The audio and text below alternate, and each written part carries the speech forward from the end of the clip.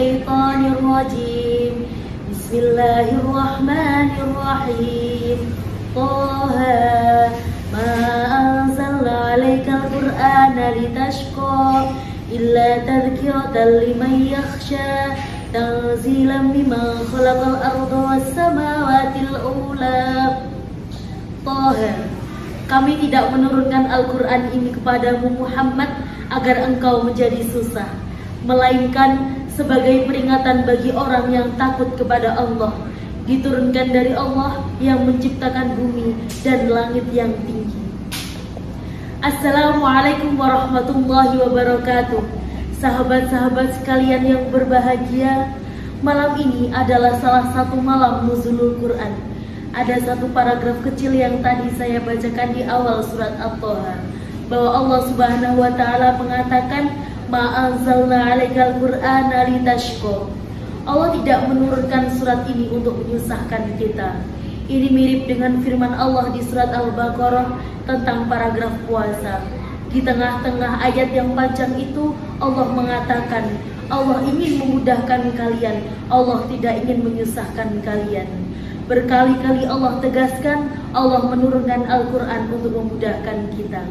Sahabat-sahabat yang dirahmati Allah, peringatan nuzul Quran ini bukan hanya sebuah seremonial, bukan hanya peristiwa sejarah, tetapi peristiwa ini harus menjadi sebuah renungan tentang hubungan kita dengan Al-Quran. Apakah kita merasa Al-Quran ini hanyalah beban yang memberatkan hidup kita? Apakah kita merasa Al-Quran adalah sebuah kesusahan, jadi kita merasa berat untuk mempelajarinya? Padahal Allah mengatakan, kami tidak menurunkan Al-Quran untuk menyusahkan kalian, kami menurunkan Al-Quran untuk memudahkan kalian. Al-Quran adalah hadiah dari Allah, Al-Quran adalah obat dari Allah. Sehingga dengan peristiwa nuzulul Quran ini, saya mengajak sahabat-sahabat semua mengubah mindset dan perasaan kita tentang Al-Quran.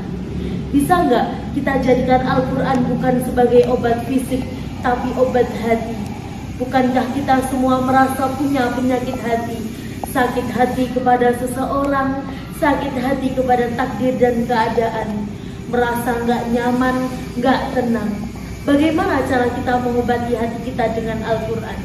Bukankah kita pernah merasa sempit dadanya dan kita bisa melapangkan hati kita dengan Al-Quran? Karena Al-Quran adalah obat, sehingga kita bisa menjadikan Al-Quran sebagai obat dalam hati kita. Berarti Al-Quran sudah menjadi kebaikan bagi kita. Tapi kalau kita merasa Al-Quran masih menjadi beban, berarti kita belum mengerti arti sebuah Al-Quran. Mari kita mulai bulan Ramadan ini dengan momentum nuzulul Quran, yang mana kita memahami isi dari Al-Quran. Semakin kita mengerti isi dari Al-Quran, semakin kita merasa butuh dengan Al-Quran. Semakin kita mengerti isi dari Al-Quran, merasa kita bahwa Al-Quran itu bukanlah beban, tapi sebaliknya, Al-Quran adalah solusi yang Allah turunkan. Dan kenapa Al-Quran bukan seorang makhluk? Karena Al-Quran adalah kalamullah, firman-firman Allah, kata-kata Allah, dan Allah yang ngomong langsung kepada kita, Allah yang langsung berbicara kepada kita. Coba bayangkan kalau Allah berbicara kepada kita sepanjang itu, sebanyak itu, dan Allah menuntun hidup kita dengan Al-Quran. Maka kalau kita ingin Al-Quran menjadi sesuatu yang indah di dalam kehidupan kita, ayo kita belajar memahami Al-Quran. Kalau kita pengen Al-Quran menjadi petunjuk hidup kita, jangan hanya membaca, tapi pelajari maknanya semampu kita. La yukallifullahu nafsan illa wus'aha. Bertanya, fataluha ala dzikri in kuntum la ta'lamun. Tanya kepada ulama, tanya kepada semua guru-guru kita kalau kita tidak mampu mempelajari Al-Quran sendiri. Banyak kajian-kajian Al-Quran, tafsirnya, sejarahnya, muqomatnya, mujawabnya, tajwidnya. Kita pelajari Al-Quran sehingga kita tahu bahwa Al-Quran itu adalah sebuah anugerah yang indah. Dulu ada seorang sahabat yang sakit, dia membaca Al-Quran, maka dia merasakan sembuh di dalam dirinya. Kita sering melihat ada anak kecil yang viral di video Palestina.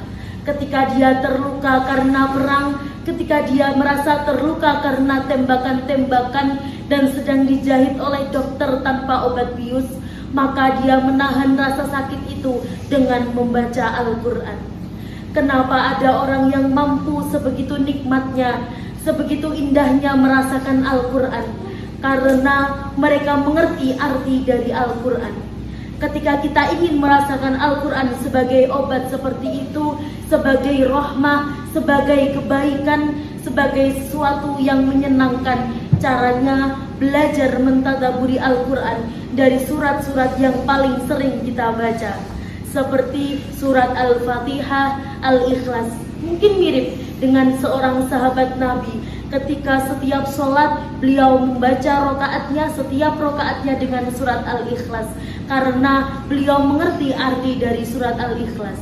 Tetapi kalau kita yang setiap rokaat membaca surat Al-Ikhlas, karena surat Al-Ikhlas sangat ringan dan mudah dipelajari.